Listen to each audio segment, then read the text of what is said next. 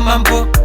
One by one ndawapinza pamawani. Unza mdara sisto Shimshini family kana marasa anapi mashamba kana vangwe vanotamba vamwe kutipedza simba asi takapiwa chipo chakuimba nyango zviwomeseiro zeras tatsikambira nyaya dzacho ziite sei best sexy tatsikambira nyaya dzacho vamango mahantimire handivhunduke kana okuva kuti pasando zvimushini family iscol kumadzarira kakana wangu sancho chonaka ngoma dzineutano zina chatonaka emashonaka kugura makike kunge boika vese vachapanika tasvika kana tatsika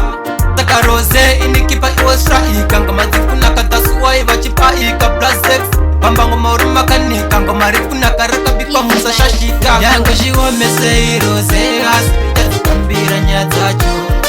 ziite sei blessexy tatsikambira nyaya dzacho pamango mahantimire handivhunduke kana okuva kuti pasando zvimushini family iscol kumadzarira kakana wangu sancho handimise nemamero ndinotengura tsero ndanga ndiri zero patino ndahiro chirakaenerisero nguva ndinopomapero dzakutanga napero kana napero dansgekmecha imingoma takapasa adziskwatsakwasa kana dzimakasa kumakutopasa this time torakasha nyango zviwomeseiro zeas tatsikambira nyaya dzacho ziite sei best sexy tatsikambira nyaya dzacho pamango mahantimire handivhunduke kana okuva kuti pasando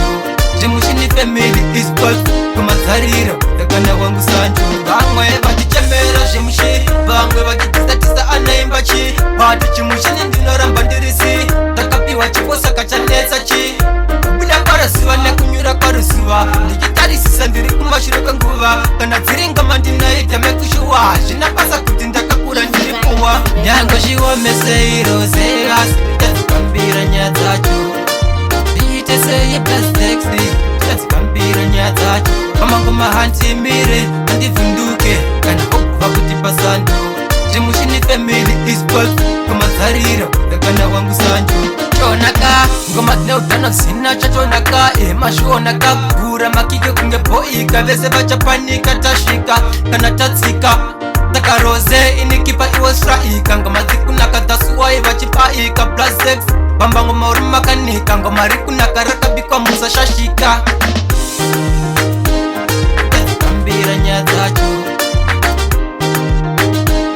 tatsikambira nyaya dzacho adzimire adzivhunduke pasando